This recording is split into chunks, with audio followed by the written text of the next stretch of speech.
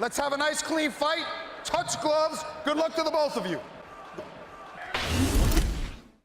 I was actually doing an interview with some lady from the Philippines, and Roach, approached me with bad words, saying you gotta get the fuck out of the gym.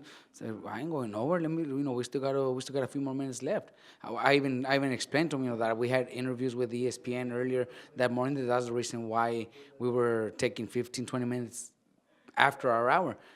And then he said, you gotta get out of here, you piece of shit. It's on video, it's not like I'm making anything up. He said, you gotta get out of here, you piece of shit. And then that's when everything started. Get the fuck out of here. Get the fuck out of here and start shit. Get out of here. That's assault. You ain't going nowhere. Get the fuck out. Get the fuck out. Get the fuck out. Don't fucking disrespect me. Don't disrespect me. I ain't disrespecting you. Get the fuck out of here. Get the fuck out. I'll make you motherfucker. You want some? What motherfucker? You gotta be racist. You get racist? What is that? Come on. Stop. Get racist?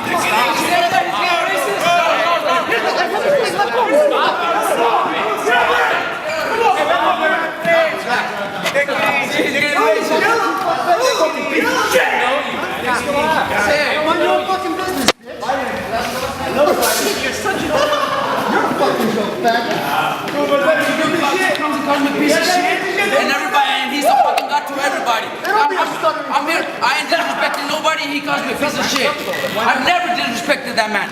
I actually I admire what he's done in boxing. And now he's fucking calling me a piece of shit. Bro, now it's personal, fucker. Fuck you, bro. Fuck you, Roach. Get the fuck out of here. Now it's personal. You don't run this fucking place.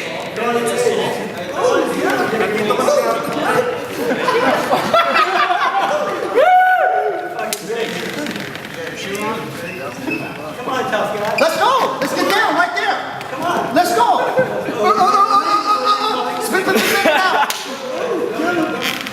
I saw that Pacquiao-Rios was jumping rope, so usually jumping rope is like a sign of like almost the last. They're almost done, right? So I just stood over there and waited for them to finish jumping rope. And when they finished jumping rope, I walked over to Robert Garcia and I said, Robert, you're on our time.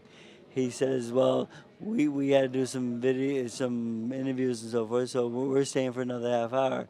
And I said, well, I don't think that's right. This is our time, and Manny's on his way down right now. And he says, well, don't disrespect me. He says, you're disrespecting me by being on my time. And then Alex Ariza walks over and starts like slurring like something I think he thinks people do with Parkinson's. And I took a step towards him, and he kicked me in the chest, and then he ran away. And then one of the bodyguards starts yelling for us to get out of the gym and screaming really like he's showing flexing and so forth. I said, what are you, the Mexican tough guy?